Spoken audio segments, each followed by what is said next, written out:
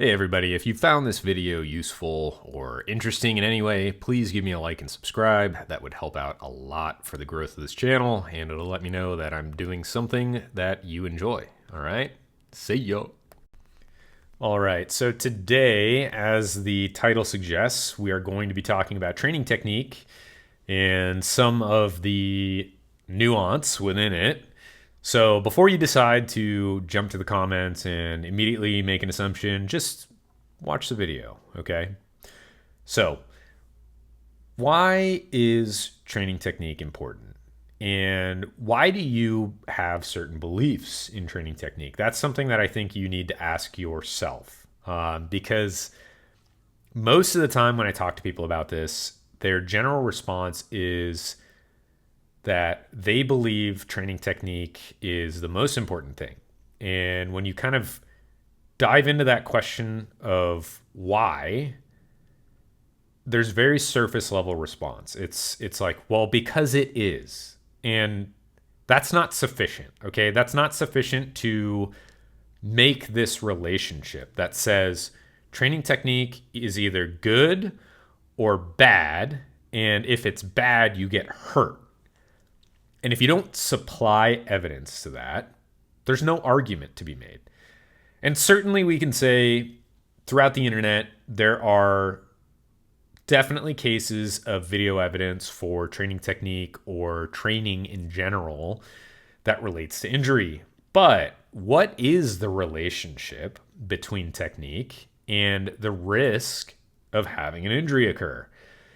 And the reality is there isn't much, if any, research involved that shows training technique has a direct relationship to injury risk, okay?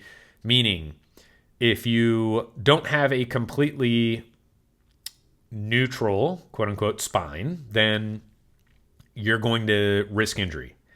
I know that there are a lot of beliefs about this, and that's primarily related to Stu McGill's research, and that's a different conversation, but just to highlight that really quickly, Stu McGill, for everything that he did, which was great to improve a lot of our understanding around injury, he used cadaver models, he used pig models, and he put them under extreme repeated stress.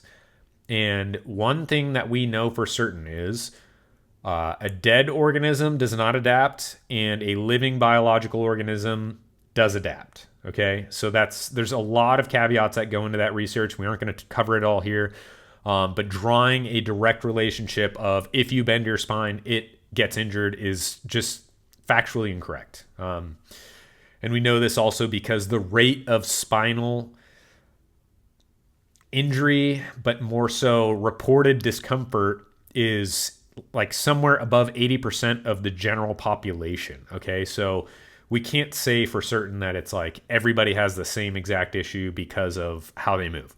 All right, so that's some of the caveat there. But going back to training technique, we do not have research available that says, if your spine is like this, you're perfectly fine. And then if you have a slight round, then you're at higher risk of injury.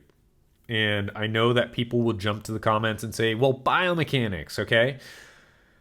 And I get frustrated with that because during my master's degree, a large part of my involvement in my master's program was in a biomechanics lab, in advanced biomechanics courses.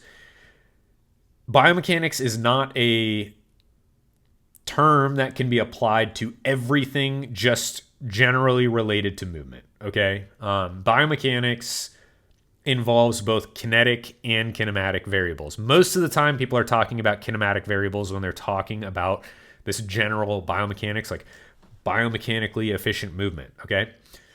The reality is that forces imposed on a body and forces imposed on an external stimulus related to that body are going to vary by the individual. And this is due to structural differences. So both anthropometrics, so like height, body weight, all of these different types of things, muscle angles, joint structure. There are lots of different things that relate to the kinetic, aka the force variables that are being imposed on the body. So you can't say that someone experiences the same exact type of force or amount of force that another individual does. And we draw conclusions based on some general ideas, absolutely.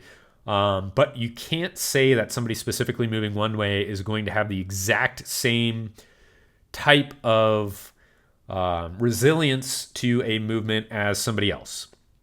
Now, all of this to say that this doesn't mean you completely throw out any sort of technique, because I do think that in the general sense of training cues, it is important to tell people, okay, this is what we would ideally look for. All right. So we ideally want somebody to move within this pattern because it's repeatable. We can look to have everybody generally kind of generate some force in this structure, but you also do need to provide some leeway in one direction or another. There are elite athletes, so elite powerlifters, elite weightlifters, elite sprinters, and those are three of the sports that I would say, just as an overgeneralization, produce a lot of force very quickly, or just produce a lot of force in the case of powerlifting, where they're going to have high demand on the body, okay? And there are athletes in all three of those sports that have high variability in how they move. There are powerlifters that they have a difference in, like, let's say their low bar squat and what the position is there. And, that's going to be related differentially between their height compared to another athlete. Weightlifters, you see all different types of technique that have been used historically. And sprinters, you see all different types of technique that's been used historically.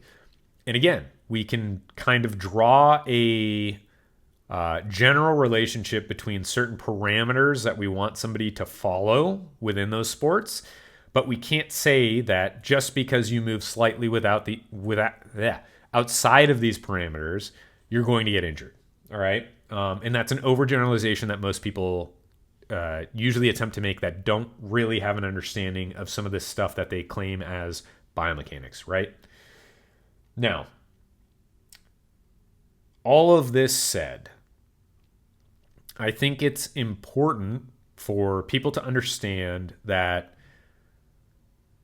training volume has a much greater relationship. So exposure to stresses, your ability to recover, all of these different types of things, genetic factors, you are going to be at a much greater risk of injury related to those variables than training technique alone. But training technique gets the lion's share of the attention when it comes to having risk factors related to injury. And more of this research is coming out that's basically showing this. There is definitely a significant amount of research that's come out that shows a relationship between training volume, training load, and injury risk. And I think that as we start to move towards more models that are paying more attention to that as high quality coaching and allowing people to have some freedom within parameters of movement, we will be much better at mitigating some of the injury risk. And I think that the coaches and practitioners generally, whether it's physical therapists or whomever, that follow that sort of model, they have a much better understanding. They don't just parrot something that somebody else said and take it as like the holy grail of information. All right. So I know that this will challenge a lot of people's beliefs. That's the point of this conversation. I expect some people will have some strong words and want to say certain things, but I can tell you that I've literally worked with over 1,000 athletes in my career. I've seen a lot of movement variability. As an example, there was an athlete that comes to mind who moved a certain way where multiple people said he was at risk of having some catastrophic injury. In this case, it was a knee valgus that he would replicate all the time when he was on the court.